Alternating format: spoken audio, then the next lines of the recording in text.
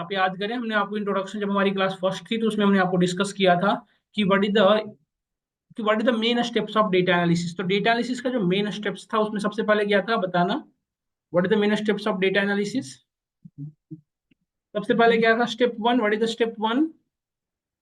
We need to perform descriptive analysis. Descriptive analysis means what? बताओ। What is the descriptive analysis?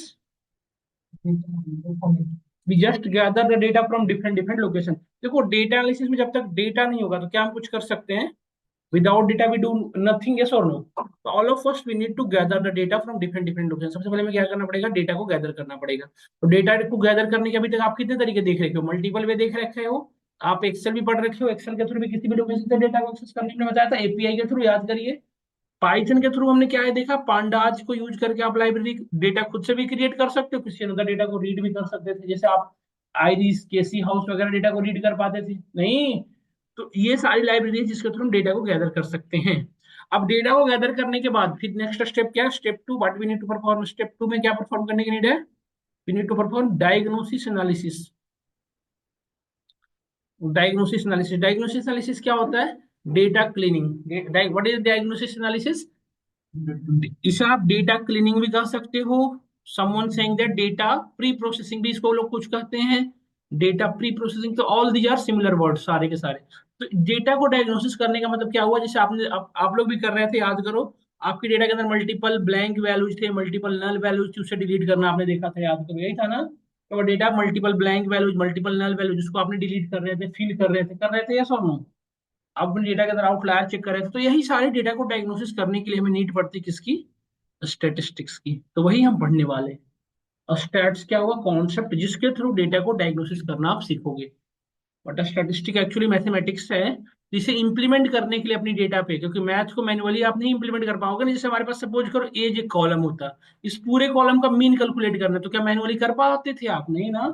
इसके लिए क्या use करते थे? नमपाई की लाइब्रेरी यूज किया करते थे, है ना? तो इसी के लिए हमने आपको ये लाइब्रेरी डिस्कस किया, पांडाज, नमपाई, सीबॉर्न, मैटप्लोटलिब, ये सारे। और स्टैटिस्टिक को मेनली इंप्लीमेंट करने के लिए हमें क्या पढ़ना पड़ेगा? एक और लाइब्रेरी, क्या? स्काईपाई।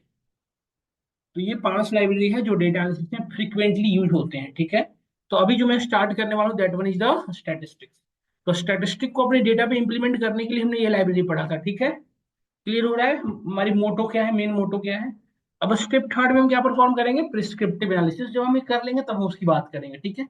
प्रिस्क्रिप्टिव एनालिसिस परफॉर्म करेंगे। तो प्रिस्क्रिप्टिव एनालिसिस परफॉर्म करने से पहले हम डेटा को डायग्नोसिस करना अच्छे से देखते हैं। तो अभी हम स्टार्ट करने वाले हैं बेटा, that is one is the statistics. ध्यान से देखिएगा। We are starting stats. What is the stats? What is the statistics? क्या कहते हैं व्हाट इज द स्टैट्स? आप मैथमेटिक्स पढ़ रखे होगे 12th 10th में। स्टैटिस्टिक क्या है बताओ? It is a mathematics. Simple, it is a mathematics concept. नहीं, it is mathematical concept. Mathematical concept that help us to diagnose the data, yes or no? Simple लिख सकते हैं।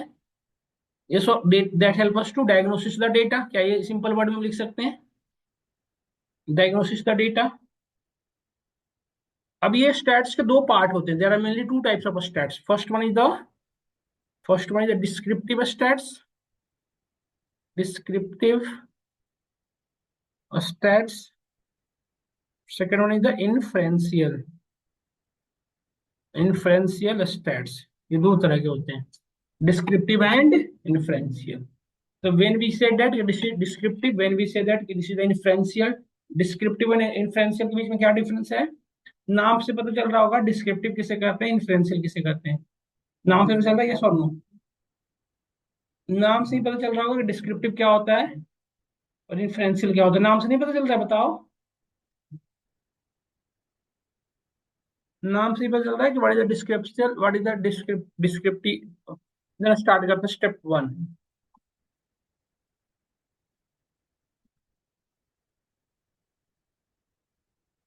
तो स्टेप वन में डिस्कस कर रहा हूं मैं डिस्क्रिप्टिव। ये discussing about descriptive stats. Descriptive stats किसे कहते हैं? ध्यान से देखिएगा।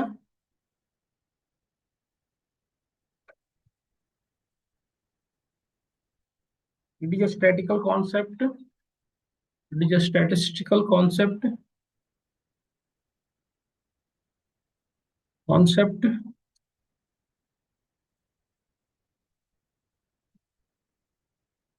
statistical concept that help us. It is a statistical concept that help us to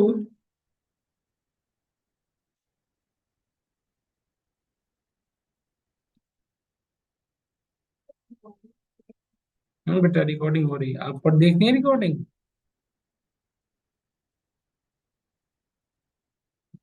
It is a statistical concept that help us to that help us to that help us to organize the data। भैया, hello भैया, वो 2 number में ना bottle रखी है, उसमें पानी दे देते भैया। That help us to organize the data and writing समझ पा रहे हो ना आप लोग?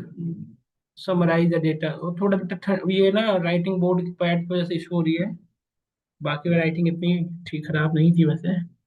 It is a statistical concept that help us to organize, मतलब समझ पा रहे हो? डेटा को प्रॉपर तरीके से ऑर्गेनाइज कर सकता है as well and summarise the data. Data को बस भी है, डेटा को समराइज भी कर सकता है नहीं?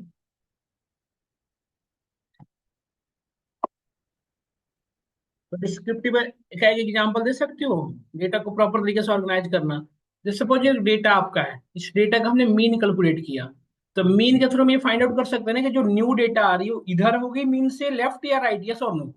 जैसे मीन की वैल्यू बेटा आपकी 200 है सपोज, एक नई डेटा पॉइंट आई 400, तो आप बता सकते हो ना कि मीन से लेफ्ट होगी या मीन से राइट होगी, यस और नो? तो ये सारे कॉन्सेप्ट, जैसे अपने डेटा का मीन कैलकुलेट करना, मीडियन, मोड, ये सारे क्या हैं, स्टैटिस्टिकल कॉन्सेप्ट।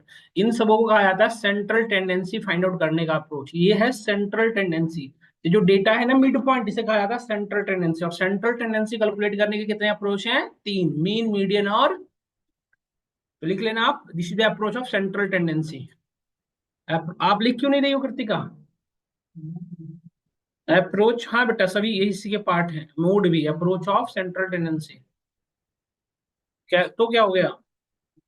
हाँ, मोड वो भी बताता है बीट मिड पॉइंट पूरे डेटा का, ठीक है? तो ये 3 अप्रोच है, लिख लेना आप। दूसरे एग्जाम्पल भी हैं और ये आपके और भी होते हैं, देखो जितने भी डिस्ट्रीब्यूशन प्लॉट्स हैं वो भी डेटा को प्रॉपर तरीके से ऑर्गेनाइज करने में ही तो हेल्प करते हैं। कितने तरह के डिस्ट्रीब्यूशन प्लॉट आप लोग पढ़ रखे हो बताओ? We are discussing about distribution plot, data के डिस्ट्रीब्यूशन प्लॉट डिस्कस करता हूँ, ध्यान से देखना, look at here. First one is the, we discuss about normal distribution. आप लोग इसको जानते हो, देखे भी होगे, नॉर्मल डिस्ट्रीब्यूशन, या इसे गॉसियन डिस्ट्रीब्यूशन भी कहा जाता है, Gaussian. Normal distribution we can also say that this is also called as Gaussian distribution. कैसा होता है देखो, it look like something this, कुछ ऐसा दिखता है ये। It follow bell curve. घंटे, आप समझ रहे हो बेल मतलब ना? मंदिर जाते नहीं, क्या समझोगे? ये follow bell curve, exactly bell curve. देखो ऐसा, यदि डेटा का कुछ ऐसा फ्लोटिंग आ रहा है तो we can say this is the normal distribution, yes और नो? इसका एक स्पेशलिटी है बेटा, इसका जो मिड पॉइंट है ना, ध्यान से सुनिएगा, इसका जो सेंट्रल टेंडेंसी होगा जो भी होगा वट एवर, उससे लेफ्ट और राइट में इक्वली डेटा सेपरेट होगा। यदि इधर 50% है, इधर भी डेटा कितनी होगी? 50%। समझ गए? यहाँ इस एरिया में जो डेटा का बिहेवियर है वही सेम बिहेवियर डेटा का इस एरिया में भी होगा। समझ पा रहे हो मेरी बात को, मैं क्या कहना चाह रहा हूँ? तो this is the specific thing about normal distribution. कौन चला रहे हैं कुछ बच्चे? सेकंड वन, नॉर्मल डिस्ट्रीब्यूशन की स्पेशलिटी समझ में आई? Second one is the log normal distribution. ये इंटरव्यू में ना आपसे प्लॉट डायग्राम ड्रा करके पूछ लेता है कि this particular diagram showing which type of behaviour, या what is the name of this plot. तो वहां पे ना बहुत सारे बच्चे डेटा साइंस कंप्लीट करके 2 साल के एक्सपायर हो जाता है वो एडुकेट, तब भी नहीं बता पाते। तो ये कॉलम कॉपी पेन से लिख लो। आपको क्या लगता है इसकी पीडीएफ मेरे पास नहीं पड़ी है? पीडीएफ में पढ़ा दो फिर आपको। आप लिखो कॉपी पेन पेपर पे, सब लोग लिखो, याद नहीं होता ये चीजें। सभी लोग जो ऐसा ऐसा करके बैठे हो ना, रिकॉर्डिंग में भेजूंगा नहीं एक किसी को भी। सब लोग खुद से लिखो, याद तभी होता है। मैं लिख रहा हूँ, इसके पीछे का रीजन है कि मैं आपके साथ लिखना चाह रहा हूँ। आप लिखोगे ना तो आपको याद हो जाएगा, रट्टा नहीं मारना पड़ेगा। यदि नहीं लिखोगे ना तो फिर आपको रटना पड़ जाएगा इन चीजें। और इंटरव्यू में आपसे ऐसे डायरेक्ट क्वेश्चन पूछ जाता है कि what is the speciality about normal distribution, तो ये जो लिखे रहोगे ना वो याद आएगा आपको। ठीक है, तो आप चाहे लैपटॉप पे पेन पेपर पे जैसा भी हो कोशिश करो लिखने का। यदि नहीं लाए हो कॉपी पेन पेपर तो आप कल से लाना, बट कोई इशू नहीं है, बट कम से कम इन चीजों को ध्यान दो, फोन वोन मत चलाओ, ठीक है ना। Second one is the log normal distribution. Log normal distribution कैसा होता है, ध्यान से देखना। देखो लॉग नॉर्मल डिस्ट्रीब्यूशन नाम से पता चल रहा है बेटा, नॉर्मल का ही वो है। ये कुछ ऐसा दिखता है, देखो it's follow something like this, कुछ ऐसा दिखेगा बेटा आपका, देखिए कुछ ऐसा। अच्छा इसमें क्या, देखो इसमें क्या डिफरेंस दिख रहा है पहले और अभी में, क्या डिफरेंस दिख रहा है बता सकते हो, क्या डिफरेंस दिख रहा है। ये इसका मिड पॉइंट अलग दिख रहा है, देखो इसकी ना राइट साइड में ज्यादा स्क्यूड एरिया है। राइट साइड ये ऐसा भी होता है, देखो यही एग्जांपल ऐसे भी हो सकता है, देखो it also look like something. अभी राइट साइड में है और अभी क्या हो गया बताओ, अभी देखना इसको, अब कैसा दिख रहा है बताना, सॉरी अभी कैसा दिख रहा है बताओ, अब लेफ्ट साइड में ज्यादा स्क्यूड दिख रहा है ना। तो these both are called log normal distribution. इसमें एक स्पेशलिटी है कि जैसे इस सपोज करो ये एज का डिस्ट्रीब्यूशन प्लॉट होता सपोज, तो इस पे यदि लॉग लगा दो ना, लॉग ऑफ एज, तो ये हो जाएगा, यदि अब इस पे प्लॉटिंग करोगे तो नॉर्मल डिस्ट्रीब्यूशन को फॉलो करने लगेगा, मतलब ऐसे हो जाएगा bell curve. Log normal distribution की स्पेशलिटी क्या है कि यदि उस पर्टिकुलर कॉलम पे हम लॉग इंप्लीमेंट कर दें तो पूरी की पूरी डेटा कैसे हो जाएगी, नॉर्मल डिस्ट्रीब्यूशन में कन्वर्ट हो जाएगी। और बता दूं आपको सभी को एक चीज ध्यान रखना, चाहे डिस्ट्रीब्यूशन वट एवर हो, हमारा मेन मोटो क्या होता है, उसको नॉर्मल डिस्ट्रीब्यूशन में कन्वर्ट करना। क्योंकि स्टैटिस्टिक के जितने भी कॉन्सेप्ट है, एल्गोरिदम है, वो किस पे काम करते हैं बेटर, नॉर्मल डिस्ट्रीब्यूशन में। तो हमारा मेन मोटो क्या होगा कि डिस्ट्रीब्यूशन प्लॉट चाहे वट एवर रहा हो, उसे नॉर्मल डिस्ट्रीब्यूशन में कन्वर्ट कैसे करें। यदि हमारे पास डेटा लॉग नॉर्मल डिस्ट्रीब्यूशन में हो तो उसे कैसे कन्वर्ट कर सकते हो, यूजिंग लॉग। यदि पूरे डेटा पे लॉग इंप्लीमेंट कर दो तो किस में कन्वर्ट हो जाएगा, नॉर्मल। ठीक है, ये हो गया बेटा लॉग नॉर्मल डिस्ट्रीब्यूशन। अब आपने ऑलरेडी जानते हो कि एक्सपोनेंशियल डिस्ट्रीब्यूशन या बाइनो एक्सपोनेंशियल डिस्ट्रीब्यूशन, एक्सपोनेंशियल डिस्ट्रीब्यूशन कैसा होता है, एक्सपोनेंशियली इंक्रीज जो होता था, कल की क्लास में हमने पढ़े तो थे, कल पढ़े थे याद करो, ऐसे एक्सपोनेंशियली जो इंक्रीज होता जाए, दिस इज एक्सपोनेंशियल डिस्ट्रीब्यूशन। इसमें क्या हो रहा है, देखो वैल्यू जो इंक्रीज होना शुरू हुई है वो बढ़ी रही है, एक्स और वाई दोनों, देखो ये वाई है ये एक्स है, तो एक्स की वैल्यू वन है तो यहाँ भी वन है, टू है तो टू, बढ़ रही है ना दोनों। Both are increasing increasing simultaneously, दोनों इंक्रीज हो रहा है एक साथ, एक्स और Y, this is called what, this is called exponential distribution. जब दोनों एक साथ बढ़ रहा हो, इस सिनेरियो में दोनों नहीं बढ़ रहे हैं, ये देखो यहाँ पे इसमें एक तो बढ़ा है वाई, मतलब एक्स और वाई दोनों बढ़ा है, इस केस में क्या हुआ है, एक्स और वाई दोनों साथ साथ नहीं बढ़े हैं। बट एक्सपोनेंशियल में यह स्पेशलिटी होता है कि दोनों क्या होते हैं, एक साइमल्टेनियसली इंक्रीज होते हैं। डन। नेक्स्ट होता है binomial distribution. Binomial, binomial distribution, binomial नाम से चल रहा है, बाई मतलब क्या होता है, टू। तो एक अभी तक जितने भी प्लॉट्स हैं बेटा देखिए, एक सिंगल थिंग्स को रिप्रेजेंट कर रहे हैं, नहीं चाहे कोई एक कॉलम को रिप्रेजेंट कर रहा है। बाइनोमियल डिस्ट्रीब्यूशन तो मतलब multi tier plotting, multi tier visualisation है, मतलब एक साथ दो चीजों को रिप्रेजेंट करता है। जैसे कि क्या, बाइनोमियल डिस्ट्रीब्यूशन में देखो दो चीज दिखता है, पी एंड क्यू। पी की वट एवर वैल्यू हो, क्यू होता है हमेशा वन माइनस पी। तो जैसे सपोज करो हमने पी की वैल्यू आया, जैसे P is nothing but probability, जैसे प्रोबेबिलिटी ऑफ हेड, तो प्रोबेबिलिटी ऑफ हेड कितना होगा, सपोज करो प्रोबेबिलिटी ऑफ हेड कितना हो सकता है, 0.5, ये होता है ना रियल में। तो क्यू कितना हो जाएगा बताओ, टेल की प्रोबेबिलिटी क्या होगा, 1 - 0.5। पी की वैल्यू कितनी, अभी यही तो फार्मूला लिखा ना मैंने, तो 1 - 0.5 कितना, 0.5 हो गया। बट किसी अनदर केस में पी की वैल्यू सपोज करो 0.8 होता सपोज, तो क्यू की वैल्यू कितनी हो जाएगी, 0.1 से बड़ी हो नहीं सकती ना प्रोबेबिलिटी, हम पढ़े हैं ना सब लोग। तो इसकी प्रोटीन कुछ ऐसा दिखेगी, देखो इट लुक लाइक समथिंग, जैसे देखो सपोज करो ये था हेड वाला, तो 0.5, और ये देखो ये हो गया टेल, एक साथ दोनों की रिप्रेजेंटेशन दिखा रहा है, एक साथ दोनों का, देखो ये दोनों एक साथ दिखा रहे हैं, पी और क्यू एक साथ है, इसका दिखाओ यदि, तो 0.8 ये रहा और ये 0.2 ये रहा, तो मल्टी टायर हो गया ना, एक साथ दोनों चीजों को रिप्रेजेंट कर रहा, देख रहे हो पी और क्यू बोथ के, तो this is called binomial distribution. Binomial distribution multi tier visualisation कहा जाता है, मल्टी टायर डिस्ट्रीब्यूशन, तो एक साथ मोर देन वन को रिप्रेजेंट कर रहा है। क्लियर हो रहा है आपको, और एक्चुअली यस और नो बताओ। Now move to next one, binomial distribution के बाद नेक्स्ट होता है Poisson distribution, sorry Pareto, Pareto distribution. Pareto जैसा नहीं होता। Pareto distribution it look like something this, कुछ ऐसा दिखता है देखो।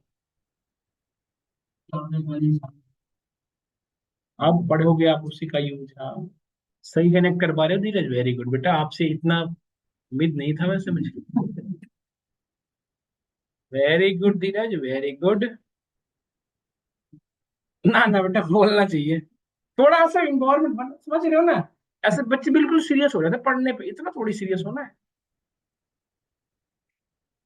ऐसे थोड़ा ना बिल्कुल सब सो रहे, कुछ बच्चे तो सोने भी लग रहे हैं। तो जैसे सोने वाला नहीं बनना है ना, थोड़ा जगते रहना, पढ़ते रहना। ठीक है, पढ़ाई तो करनी है, उन्हें हंसते खेलते पढ़ना है, नहीं मानते ठंडी है, देख लेंगे। देखो पैरेटो डिस्ट्रीब्यूशन की एक स्पेशलिटी होती है, देखो हंसते रहना बट क्वेश्चन समझते रहना। पैरेटो डिस्ट्रीब्यूशन का एक स्पेशलिटी होता है क्या, इट फॉलो 80-20 रूल, ये ध्यान रखना, ये क्या फॉलो करता है, 80-20% रूल। मीन्स व्हाट, 80% डेटा इस एरिया में लाई करेगा और 20% डेटा इस एरिया में। एक एग्जांपल दे सकते हो इसका, पैरेटो डिस्ट्रीब्यूशन का आपने देखा कहीं, ऐसे ऐसा कुछ सिनेरियो जनरेट करो, ऐसा कुछ बता सकते हो जिसमें ऐसा कुछ प्लॉटिंग होता है। हाँ? क्रिकेट, क्रिकेट का क्या मतलब, शुरू में बढ़िया रन था फिर कम गया। तो स्कोर उसका बेटा ऐसे शुरू होता है ना, ऐसे शुरू होता है, ऐसे शुरू होगा बढ़ते हुए, कभी ऐसे थोड़ी होगा एकदम से ऐसे शुरू, ये कैसे हो सकता है। अरे यहाँ से बेटा शुरू नहीं होगा, आप गड़बड़ा गए हो, ऐसे थोड़ी। इसकी सबसे अच्छा एग्जांपल मैं बताऊं, एम्प्लॉय की सैलरी जब 1 तारीख को आती है ना, ऐसे रहती है बिल्कुल, और ऐसे होना शुरू होती है। ये बिल्कुल, ये बहुत अच्छा एग्जांपल है, ऐसा नो। एम्प्लॉय की सैलरी से बढ़िया एग्जांपल इसका हो ही नहीं सकता। और इससे भी एक बढ़िया एग्जांपल है, क्लास में स्टूडेंट 80% समझ रहे हो ना, और ओनली 20% पढ़ने वाले। और या फिर जेई मेंस का पेपर देख लो, 15 लाख एग्जाम एग्जाम देते हैं स्टूडेंट, सिलेक्शन बेचारों की कितने की होती है बस, 1.5 लाख की, 1.5 बस। तो इतना भी कम नहीं होता यार। तो 80% बच्चे ऐसे होते हैं जिनके नहीं हो पाती सिलेक्शन, समझ रहे हो ना आप ये चीजें। ये लेकिन दुख का विषय है, इसमें हंसने लायक नहीं है हमारा। अरे बस है, एनआईटी मिल गई थी यार, इतना बुरा नहीं था, ठीक है, तो नहीं हुआ था आईआईटी। यहाँ तक हम समझ पाए। इसके बाद आगे बढ़ते हैं, यहाँ तक खुद की बात है। एक और इसका एग्जाम्पल हो सकता है, जैसे आप कंपनी में कल को जाओगे ना ऑर्गेनाइजेशन में, तो किसी प्रोजेक्ट पे देखोगे ना कि टोटल 100% लोग हैं, तो 80% मिलेंगे जो चाय और मतलब वो साथ में चाय पीने वाले, 20% ही जो है जो रियल में प्रोजेक्ट पे काम कर रहे होते हैं। 80% बस उन प्रोजेक्ट के नाम जोड़ा हुआ है उनके साथ, ये पार्टिकुलर पर्सन इस प्रोजेक्ट पे काम कर रहा है। 80% बस इधर उधर घूमने वाले होते हैं, बैठ के कुरकुरे खाने। 20% ही रियल में। तो ये सारे एग्जाम्पल्स हैं, इंटरव्यू में आपसे पूछा जाता है चीजें रियल में, give an example of Pareto distribution, तो आपको ये देना पड़ेगा कि क्या एग्जांपल है, ठीक है। Next, next one is the next one is the Poisson distribution. Poisson ये हम पढ़ेंगे, ठीक है, इतना तक हमने आज यहाँ तक रखते हैं। देखो यहाँ ये इतने सारे डिस्ट्रीब्यूशन हमने पढ़ा, पॉइजन डिस्ट्रीब्यूशन, अरे ना ना, ठीक है। देखो ये सारे, next one is the second step. अब देखो ये हम इसको डिस्कस करेंगे, डिस्ट्रीब्यूशन प्लॉट को ना समझने के लिए थोड़ा चाहिए हमें, डिस्कस करेंगे। देखो नेक्स्ट वन इज द, आगे बढ़े। नेक्स्ट वन इज, देखो ये सारे किसके एग्जांपल थे, डिस्क्रिप्टिव के, all are example of descriptive. Second step क्या बताया था मैंने, इन्फ्रेंशियल। ये अब सेकंड टाइप्स बता रहा हूँ, इन्फ्रेंशियल स्टेट्स। इन्फ्रेंशियल स्टेट्स किसे कहोगे, यही मेन है। ये डिस्क्रिप्टिव बहुत इजी है पढ़ना, सब लोग पढ़ते हैं, इन्फ्रेंशियल ही मेन है। ये it is a type of technique in which, लिख सकते हो, it is that type of concept, it is that type of concept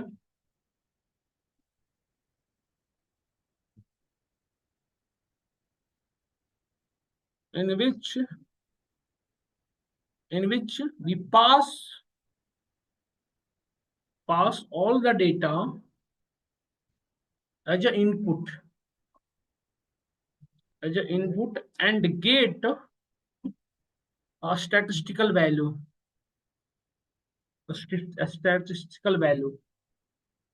बातें नहीं, we half of that one we take a decision. It is a that type of concept in which we pass all the data as an input and get a statistical value. Behalf of that one we take a decision. मतलब समझो एक ना हमारे पास inferential statistic एक ऐसा concept है जिसके अंदर पूरी की पूरी डेटा हम ऐसे पास करते हैं, पूरी की पूरी डेटा हमने पास कर दिया, और इसके भी यहाँ पे हमें जो आउटपुट आता है एक सिंगल वैल्यू आएगा, जैसे एक्स वाई वट एवर, और इस पर्टिकुलर वैल्यू के भी यहाँ पे हम डिसीजन लेते हैं कि हमें करना क्या है। तो इसका जो एग्जाम्पल है ना, इसका जो एग्जाम्पल की यदि मैं बात करूं, इसकी यदि एग्जाम्पल की बात करूं तो देखो, जितने भी टेस्ट हैं, जेड स्कोर हो गया, जेड टेस्ट हो गया, टी टेस्ट है, कहाँ पे, स्टैटिस्टिकल वैल्यू। हंस रहे हो ना, सब बातें करना शुरू कर दिए ना आज।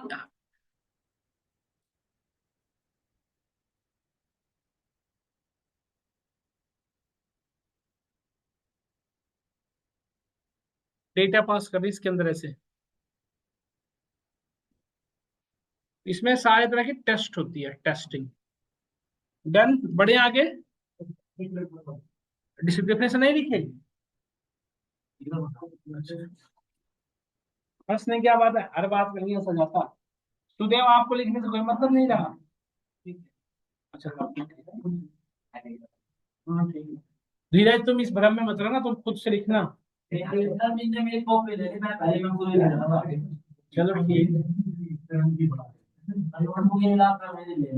तो तुम दो लेके आया करो, दो लाया करो, दो, एक उसको दे दिया करो, उसको पेज दे देना चाहिए था ना, फाड़ के लो इससे भी। चलो ठीक है, फिर धीरज का कुछ भला हो रहा था।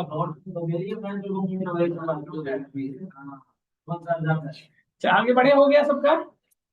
अब देखो, इसमें जितने भी टेस्ट सुने होगे ना आप, वो सारे इंफरेंशियल स्टैट्स के पार्ट हैं। इस सारे टेस्ट में आप पूरी की पूरी डेटा पास करोगे, और वैल्यू क्या आएगा आपको, एक सिंगल, मतलब एक सिंगल वैल्यू आएगी, उस यहाँ पे आप डिसीजन लोगे। Z score, Z test, G test, फिर आपने सुना होगा chi square test, C H I है स्पेलिंग इसका, काई, सी एच आई, काई स्क्वायर टेस्ट। चाई है बट नाम पढ़ना है काई स्क्वायर टेस्ट, इंटरव्यूअर के सामने चाई मत है ना, कहेंगे बिल्कुल ही वो है। ANOVA test, ANOVA test, Z test, T test, chi square test, ANOVA test, एक होता है एफ टेस्ट। फिर होता है, नहीं बेटा सबको याद नहीं करना है, इसको सॉल्व करना है, हाइपोथेसिस टेस्टिंग। आप कहोगे तो एक ही पढ़ा के छोड़ देंगे, कोई दिक्कत नहीं। ये हाइपोथेसिस टेस्टिंग, ये सारे हमारे एग्जाम्पल हैं इंफ्रेंशियल स्टैट्स के, हम पढ़ेंगे इन सबको, ठीक है। देखते हैं कितना कर पाते हैं। यदि आप समझना बंद कर दोगे जिस पर्टिकुलर टॉपिक के बाद से, वहीं से रुक जाएगा। नहीं, हम कोशिश पूरी करेंगे पढ़ाने का यहाँ तक, बट जहां से बच्चे समझना बंद कर देते, वहां से बस वहीं से मुड़ जाती है ना। तो कोशिश पूरी करनी है हमें समझने का थोड़ा सा। एक्चुअली टॉपिक स्टैट्स है ना, थोड़ा सा है बोरिंग, और एक्चुअली है, मतलब मानना पड़ेगा, बट पूरी एक चीज, बड़ी अच्छी बात इसकी है, जिनकी स्टैटिस्टिक अच्छी नहीं है ना, उनकी डेटा साइंस अच्छी हो ही नहीं सकती, चाहे वो कितनी भी सर पटक ले। एमआईएस बन जाएंगे, पावर बीआई डेवलपर भी बन जाएंगे, मतलब विजुअलाइजेशन करने आ जाएगा, एमएल इंजीनियर और एआई नहीं बन सकते, कभी पॉसिबल ही नहीं है जिनको स्टैट्स नहीं आते। और स्टैट्स हमें ऐसे पढ़ना है, ध्यान से सुनना, स्टैट्स में आपका मन ना भी करे ना, थोड़ा मेहनत ज्यादा करो। मैं आपको इंट्रोडक्शन क्लास नहीं बताता हूँ, डेमो में, कि पूरे में जो परेशान करने वाला पार्ट है वो यही है। पूरे डेटा साइंस में पूरी टॉपिक सब कुछ पढ़ लोगे, आसान है, बस एक ये टफ मिलेगा, इसके बाद सब चीजें रिलायबल हो जाएगी। तो इसको अभी यदि एफर्ट लगा दिए ना आप अच्छे से, तो आगे आपके लिए बड़े आसान हो जाएगा। और ये टॉपिक छोड़ दी जाती है मैक्सिमम के, चलो हो गया, पांडाल नाम का ही हो गया ना, बस हो। तो यहाँ पे शुरू करते, देखिए ध्यान से पढ़िएगा, थोड़ा सा आप ध्यान देना, ताकि इंटरेस्ट बना रहे आपका और मेरा सबको पढ़ाने का, है ना। तो ये था टाइप्स। तो इन सारे टेस्ट को परफॉर्म करने के लिए कुछ फंडामेंटल थिंग्स मुझे चाहिए, वो मैं डिस्कस कर रहा हूँ। ये टेस्टिंग पे हम आएंगे, बट उसकी सारे टेस्टिंग के पहले कुछ फंडामेंटल कीवर्ड्स की नीड होती है, जो आपको समझना पड़ेगा, वो मैं डिस्कस करने वाला हूँ, ठीक है। हम ये सारे टेस्ट वन बाय वन पढ़ेंगे, तभी मैं कुछ फंडामेंटल थिंग्स है वो डिस्कस करूँ। जैसे देखो, what is the population, population को रिप्रेजेंट किससे करेंगे, एन से। जहां भी कैपिटल एन देखो आपको क्या समझना है, पॉपुलेशन। पॉपुलेशन मतलब रियल लाइफ में पॉपुलेशन मतलब क्या होता है, पूरे ग्रुप, भीड़ नहीं, तो यहाँ भी कह सकते हो group of, group of entire entire group of entire member. हाँ, जितने भी लोग हैं सभी का ग्रुप को क्या कहते हैं, पॉपुलेशन। और पॉपुलेशन को किससे रिप्रेजेंट करते हो, हमेशा कैपिटल एन से, ये ध्यान रखना। फिर होता है, अब देखो इस, जैसे ये सपोज करो ये हमारा पॉपर है, ज्यादा बढ़ गया क्या, पॉपुलेशन। जैसे देखो ये हमारा ये सब पॉपुलेशन था। इस पॉप जैसे आप देखे होगे, जैसे कुछ जब हमें नीड होती है, इसी पॉपुलेशन में से कुछ पार्ट को हम अपने नीड के अकॉर्डिंग सेलेक्ट करते हैं फॉर सैंपल पर्पस, नहीं। जैसे आपने देखा होगा कोविड के टाइम में जब वैक्सीनेशन करनी थी, तो कुछ लोगों को पहले वैक्सीन की गई थी, जैसे हर तरह के लोगों को सिलेक्ट किया गया, दो चार पांच लोगों को वैक्सीनेट किया गया, यदि वैक्सीन उन पे सक्सेस रहा तो फिर इंटायर वर्ल्ड में दिया गया, सबको दिया गया, ये और नो। क्योंकि पूरी पॉपुलेशन पे एक साथ कुछ भी रिएक्शन करना मतलब पूरी पॉपुलेशन को खराब करना है। तो हम क्या करते हैं, इस पॉपुलेशन में से कुछ एरिया को सेलेक्ट करते हैं, कुछ एरिया को। This is called sample. इन्हें क्या कहते हो आप, सैंपल, है ना, इनको क्या कहते हो आप, सैंपल। तो दिस इज द सैंपल। तो यदि आपसे कोई पूछे कि what is the sample, then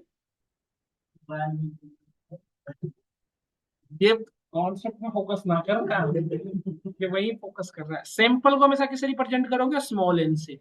population को किससे, कैपिटल एन। और सैंपल को किससे रिप्रेजेंट करोगे, small N. Sample is nothing but sub part of population. ये पॉपुलेशन का ही तो पार्ट होता है, नहीं, सब पार्ट ऑफ पॉपुलेशन। इतना सिंपल डेफिनेशन में लिखवा रहा हूं, आपको रटना नहीं पड़ेगा बस। इसके कुछ पार्ट को हम सैंपल कहते हैं, नहीं। अच्छा, एक पॉपुलेशन के कितने सैंपल हो सकते हैं, मल्टीपल हो सकते हैं। अच्छा, सैंपल, हर एक सैंपल की साइज अलग अलग हो सकती है। जैसे एन वन में पूरी 10 लोगों को सिलेक्ट किए, ये सैंपल N2 था, इसमें हमने 15 लोगों को सिलेक्ट किया। तो नंबर ऑफ सैंपल अलग हो सकते हैं, सैंपल में नंबर ऑफ पीपुल्स अलग अलग हो सकते हैं। समझ में आया मैंने क्या कहा। एक होता है नंबर ऑफ सैंपल, तो जैसे ये हुए नंबर ऑफ सैंपल, हमने कितने सैंपल है बताओ, 3 सैंपल है। हर एक सैंपल में नंबर ऑफ पार्टिसिपेंट्स अलग अलग हो सकते हैं। अब देखो, जैसे ये सैंपल को जो सेलेक्ट किए हो आप, तो सेलेक्ट करने का कोई वे फॉलो करना चाहिए ना, जैसे किसी को भी तो नहीं सेलेक्ट कर लोगे। जैसे वैक्सीनेशन के टाइम में जिसकी मर्जी है वही वैक्सीनेशन कराएगा ना। सैंपल को सेलेक्ट करने में कुछ पर्टिकुलर स्पेसिफिक क्राइटेरिया फॉलो करनी पड़ेगी। जैसे सपोज एक एग्जांपल की बात करूं, मुझे Delhi NCR, entire Delhi NCR में ड्रग ड्रग एनालिसिस करना है, कितने परसेंट लोग ड्रग एडिक्टेड है, कितने परसेंट लोग ड्रग फ्री है। पूरे इंटायर दिल्ली एनसीआर की डेटा कलेक्ट करना पहले तो पॉसिबल नहीं है। कोई लोग ऑफिस गया होगा, कोई लोग, किसी का मंडे वीक ऑफ होता है, किसी को संडे वीक ऑफ होता है, किसी को इवनिंग में शिफ्ट होती है, किसी को नाइट शिफ्ट होती है, किसी को मॉर्निंग शिफ्ट, अलग अलग टाइम है। पॉसिबल नहीं है डेटा कलेक्ट करना इतना। तो अब कोई ऐसी जगह पे जाके मैं सैंपल सेलेक्ट करना पड़ेगा जहां पे इंटायर दिल्ली एनसीआर के लोग कम से कम एक बार विजिट करते हैं। तो लाइक सीपी, सीपी एक ऐसी प्लेस है जहाँ पे लोग पूरे वीक की जगह हम डेटा कलेक्ट करें, तो ओवरऑल पूरे दिल्ली एनसीआर के लोग वहां पे एक बार विजिट करते ही हैं वीक में, यस और नो। तो जब हम वहां पे 100 लोगों के, सपोज करो 100 लोगों को हमने सेलेक्ट किया सैंपल, तो उस भी यहाँ पे हम दिल्ली एनसीआर को एनालिसिस कर सकते हैं कि हाँ पूरे दिल्ली एनसीआर में कितने परसेंट लोग ड्रग एडिक्टेड हैं, कितने परसेंट लोग ड्रग फ्री हैं। बट आप जब सीपी में डेटा कलेक्ट कर रहे थे एनालिसिस के लिए, तो आप किस किस पर्टिकुलर क्राइटेरिया को भी आप फॉलो कर रहे थे। जैसे हम किसी को सेलेक्ट कर रहे हैं, सपोज करो मैंने आपको कहा कि आप चेक टेस्ट करवाओ, तो टेस्ट क्यों करवाएंगे, इसके पीछे आपको रीजन होना चाहिए ना। असली को कुछ भी सेलेक्ट कर लोगे। तो उसी के लिए मतलब मेरे कहने का सेंस ये है कि सैंपल को सेलेक्ट करने के लिए कुछ सैंपलिंग टेक्निक बनानी पड़ेगी। समझ रहे हो मैंने क्या कहा, सैंपल को सेलेक्ट करने के लिए कुछ सैंपलिंग टेक्निक होते हैं, तो वी आर फॉलो, तो we need to learn some of the sample technique, we are discussing about sample technique. Sampling technique कर सकते, sampling technique is what, that help us to select the sample. Sampling technique, तो first one is the simple random sampling, पहला जो होता है which one, simple random sampling. Simple random sampling, simple नाम से पता चल रहा है, सिंपल बातें शुरू कर दी ना दोनों। सिंपल रैंडम सैंपलिंग में क्या होता है, जितने भी पॉपुलेशन इसमें रैंडमली किसी को भी पिक करना, इन विच each participants have equal chance to be selected, each participants या each participant या each person या each member लिख दो, ज्यादा पर बेटर रहेगा। each members have, बी है, members have equal chance to being selected, उसको सेलेक्ट होने की इक्वल चांस है सभी को। मतलब किसी पर्टिकुलर क्राइटेरिया या एज का नहीं है कि किसी का 18 प्लस है या 40 प्लस है, ऐसा कुछ सिनेरियो नहीं है, किसी को भी रैंडमली सेलेक्ट करना है। तो उसको यदि इस पर्टिकुलर टेक्निक को फॉलो किया, that is called simple random sampling. अच्छा, इस सिंपल रैंडम सैंपलिंग किस सिनेरियो में बेटर रहेगा, एग्जांपल दे सकते हो आप? सिंपल रैंडम सैंपलिंग किस सिनेरियो में बेटर रहेगा, आप बताओ? ड्रग वाले केस में क्या सिंपल रैंडम सैंपलिंग करना सही है? क्यों? क्यों सिंपल रैंडम सैंपलिंग ड्रग वाले केस में करना ठीक है, सीपी में जाओ, थोड़ी भी किसी को देखो सर थोड़ी चक्कर काट रहा है, उसको तुरंत चेक करो, उसको ड्रग ले रखा है समझ लो। और आप बताओ, जैसे पूरे इंटायर इंडिया में, दिल्ली एनसीआर नहीं, क्या पूरा इंटायर इंडिया में क्या कोई एज का कोई होता है? एज का कोई क्राइटेरिया? बच्चे भी ड्रग लेते हैं, बूढ़े भी लेते हैं। हाँ यार, कॉन्सेप्ट पे ध्यान दें इसका। मतलब समझ रहे हो ना मेरा कहने का sense? मतलब जेन्युइनली यहाँ पे किसी को हम कैटेगराइज नहीं कर सकते, एज के भी यहाँ पे नहीं कर सकते, कोई भी ड्रग लेता होगा तो हम सडनली किसी भी लोग को पिक करो और उसको चेक करो कि क्या ड्रग ले रखा है नहीं ले रखा है। जैसे हमने 1000 डेटा कलेक्ट किया, तो 1000 में से जितने परसेंट ड्रग एडिक्टेड थे और जितने लोग ड्रग फ्री थे, उसकी हम कंक्लूजन कर सकते हैं। बट वहां पे रैंडमली करना बेटर रहेगा। आप किसी क्राइटेरिया को फॉलो करोगे तो गड़बड़ है ना। तो आप कह रहे हो कि कोई बच्चा बड़े लोग भी पीते हैं, जैसे 18 प्लस जिनकी एज है, हो सकता है कि 12 वर्ष का बच्चा पी के वहां सिटी में रील बना रहा हो, पॉसिबिलिटी है, यस और नो? तो उसमें हम यहाँ पे यही सिंपल रैंडम सैम्पलिंग करना बेटर रहेगा। अच्छा, कोई और एग्जांपल दे सकते हो जिस तरह जहाँ पे ये रैंडम सैम्पलिंग करना बेटर रहेगा, और कोई एग्जांपल? जैसे वोटिंग वाले केस में हमने देखा होगा एग्जिट पोल जो आता है, उस केस में भी, क्योंकि आप किसी को आप जैसे आप, बट ये इंपॉर्टेंट है, वोटिंग कौन करता है? जिनकी एज 18 प्लस है। बट मैंने कहा वोटिंग सेंटर पे जाके चेक करो, तो वोटिंग सेंटर में तो वही लोग होंगे जो वोट देने गए होंगे, छोटे बच्चे क्या करेगा वहां?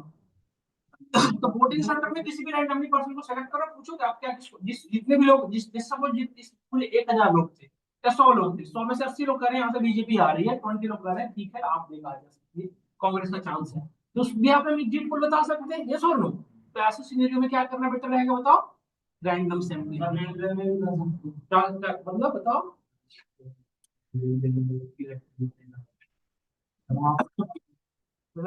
मतलब टिकट चेक करने के बाद कर रहे हो? टिकट चेक करने वाला केस बताओ, नहीं पूरी बात। हाँ पार्टनर नहीं होते पर सिर्फ साढ़े तीन है, हाँ मतलब पार्टनर से रैंडम सैंपल लोग उठाए और पता नहीं कौन तो इसका नहीं पूरी बात बताओ, उसको बोलेंगे तो क्या करना चाह रहा है, अपने दिमाग में क्या सोच रहा है, इसमें भाई ने डाली वही क्या है। क्या तो है वो, आप देखो स्टैटिस्टिकल ना पूरी पूरी हाइपोथेसिस है, जितने इसको खोलोगे ना अपने माइंड को, जितनी चीजों को थिंक आउट करोगे उतनी चीजें सामने से दिखेगी। हम जो चीज आपके सामने दिखा रहे हो समझ पा रहे हो ना? पूरे इंटायर सीपी में आपने सेलेक्ट किया रैंडमली, उसमें सामने किसी को पिक किया, आपका एग्जाम्पल बिल्कुल खराब था, वो नहीं कर सकते। नहीं ये ऑनलाइन वाला ही है ना, ऑफलाइन वाला ही है। जैसे कि 1000 लोग टिकट ठीक है ठीक है, हाँ टिकट कटा लिया, इतने पर्चे इतने खा लिए, ठीक है कटा सब कुछ कटा लिया, ठीक है। तो जैसे रैंडम 100 लोगों को पिक किया, उनसे पूछा कि कितने परसेंट लोग हैं पहले जो है खाली, मैं तो उस हिसाब से पता चल जाएगा। हाँ बट एक चीज बताओ, रेलवे वाले केस में फिक्स हमारे पास डेटा होता है, रेलवे वाले केस में अनडिफाइंड डेटा नहीं हो सकता, रेलवे में हमें पता हो जाता है, तो रेलवे पे हम बुक करते हैं टिकट, तो उन्हें पता होता है ऑलरेडी कितने टोटल नंबर है। तो ये उस केस में होगा जहाँ पे पॉपुलेशन में वर्क करना पॉसिबल नहीं है, समझ रहे मेरी बात? तो ऐसे केसेस में आप सिंपल रैंडम सैंपलिंग करना बेटर होगा। क्या यहाँ तक हमें समझ में आया? देखो सिंपल रैंडम सैंपलिंग का डिसएडवांटेज क्या हो सकता है, जैसे क्रिकेट टीम में बनाना है सपोज 22 लोगों का।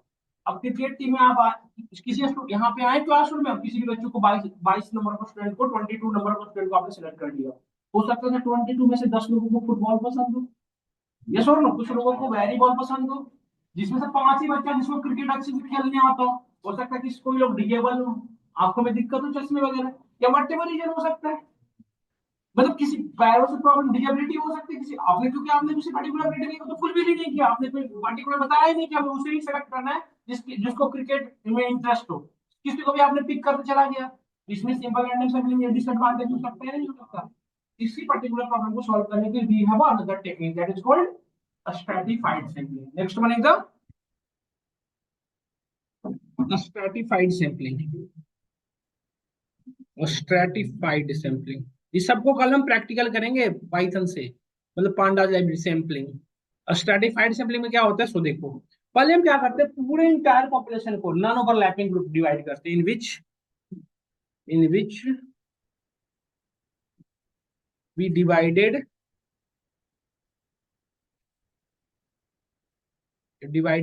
Entire data in a non overlapping group. Non overlapping group का मतलब समझते हो आप लोग? नॉन ओवरलैपिंग ग्रुप, जैसे हमने पूरे डेटा, जैसे हमारे पास ये डेटा थी, इस पूरे डेटा को हमने डिफरेंट डिफरेंट पार्ट में डिवाइड किया। जैसे हमने ग्रुप बनाया G1, G2, G3 और G4, ये 4 ग्रुप है। नॉन ओवरलैपिंग ग्रुप कैसे होगा, देखो ग्रुप 1 में जितने भी पार्टिसिपेंट्स हैं वो किसी भी केस में ग्रुप 2 में नहीं करना चाहिए, ग्रुप 2 वाले ग्रुप 3 में नहीं, ग्रुप 4 कोई भी ग्रुप जैसे सपोज ऐसा हो सकता है, ऐसा नहीं होना चाहिए कि ग्रुप 1 के जो कोई एक पर्सन है जो इसमें भी लाई कर रहा है और इसमें भी, ऐसा नहीं, मतलब एक ग्रुप के पार्टिसिपेंट किसी भी अनदर ग्रुप में लाई नहीं करना चाहिए, that is called non overlapping. यदि ऐसा कुछ कर पा रहे हो तो that is called non overlapping group. तो आप बता सकते हो, जैसे हमारे पास मैंने एक दिया डेटा दिया आपको, ये डेटा है देखो, एज, जेंडर और डिजिग्नेशन और सपोज डिजिग्नेशन और डिपार्टमेंट, क्या इसमें किस कॉलम के बिहाफ पे आप कर सकते हो, मुझे बता सकते हो इस पूरे डेटा के अंदर किस कॉलम के बिहाफ पे हम पूरे डेटा को नॉन ओवरलैपिंग ग्रुप में बना सकते हैं?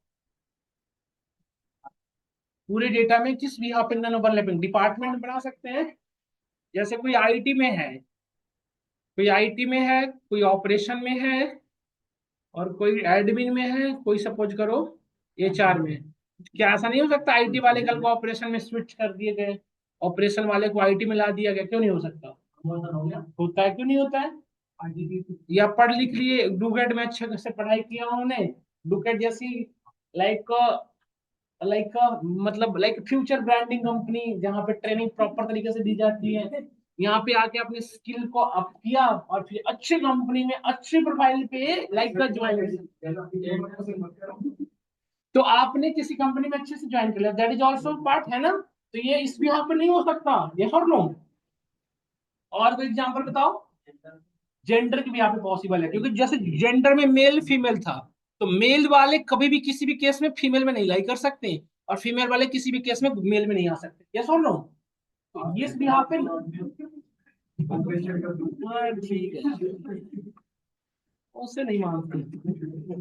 ठीक है, तो ये पर्टिकुलर नॉन ओवरलैपिंग ग्रुप इसे कर सकते हैं। क्या हम प्रोफाइल के भी यहाँ पे कर सकते हैं, देखो जैसे क्या हमने प्रोफाइल था हमारे पास, डॉक्टर, इंजीनियर, ड्राइवर और एक सीए, क्या इस भी यहाँ पे हम नॉन ओवरलैपिंग ग्रुप बना सकते हैं?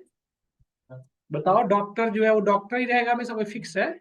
इंजीनियर हमेशा, देखो बाकी का तो पता नहीं, इसका ये कुछ भी बन सकता है, इसका पता नहीं है, ये कुछ भी हो सकता है। अरे वो ये, तब मैं तभी तो मैं कह रहा हूँ कि ये कुछ भी कर सकता है, इनका फिक्स है, समझ गए? तो इस भी यहाँ पे हम नॉन ओवरलैपिंग ग्रुप नहीं बना सकते। तो आपसे इंटरव्यू पूछा जाता है, पूरे डेटा को दिखाएगा और पूछेगा कि इसमें किस कॉलम के भी यहाँ पे नॉन ओवरलैपिंग ग्रुप बनाओगे। एज के भी यहाँ पे हो सकता है, क्या जैसे हमने बना लिया एक ग्रुप 10 से 20 ईयर्स के, 20 से ये बना सकते हैं?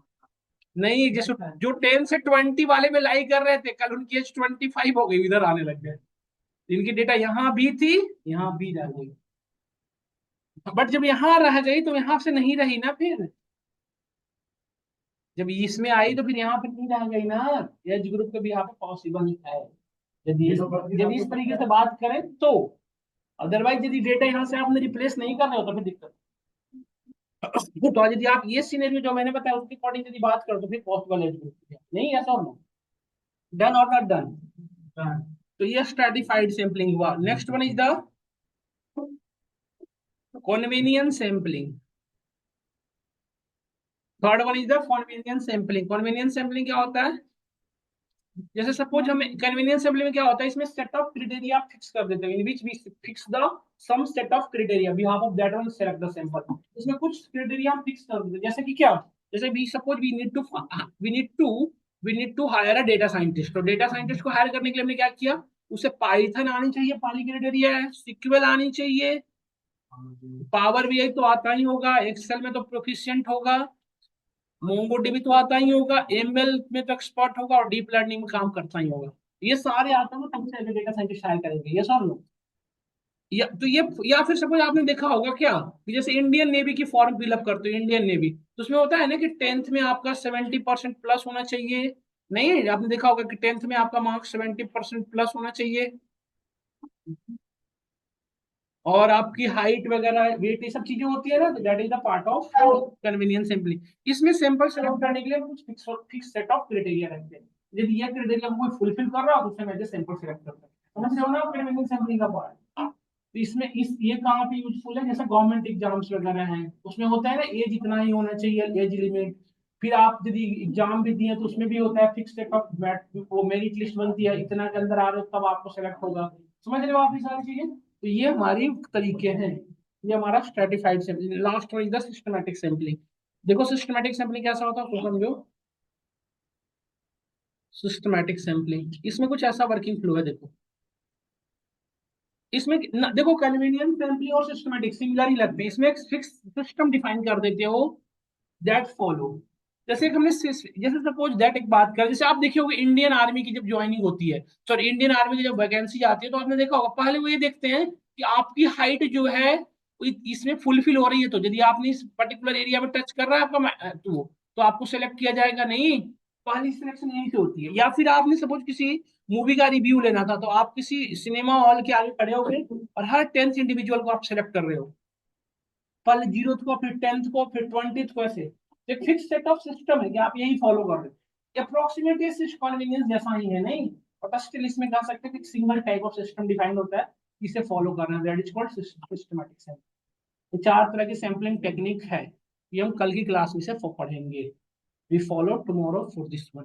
कल की क्लास में हम ये पढ़ेंगे सिस्टमैटिक सैंपलिंग, मतलब चारों को प्रैक्टिकली इंप्लीमेंट करेंगे। कल बातें मत करो धीरज, कल की क्लास में आपको ये बताएंगे कि सिस्टम कैसे आप रैंडम सैंपलिंग परफॉर्म करते हो अपने डेटा पे, कैसे आप स्ट्रेटिफाइड करोगे, कैसे सिस्टमैटिक, और कैसे ये सारे, मतलब चारों के प्रैक्टिकल होगी। बट कल भी आप कॉपी पेपर लेके आना, ताकि आधे घंटे की क्लास में ये थ्योरेटिकल होगा। बातें शुरू कर देता तुम दोनों पीछे। कल आधे घंटे क्लास में पहले थ्योरेटिकल पढ़ लेंगे और प्रैक्टिकल इंप्लीमेंट कर लेंगे और फिर हम थ्योरी पे आगे चलेंगे। तो अब आज के बाद डेली जो क्लास होगी theory with practical, theory with practical, है ना। तो आज यहीं तक मैं रख रहा हूँ, from tomorrow we will again continue. Thank you for today class, have any question then please let me no.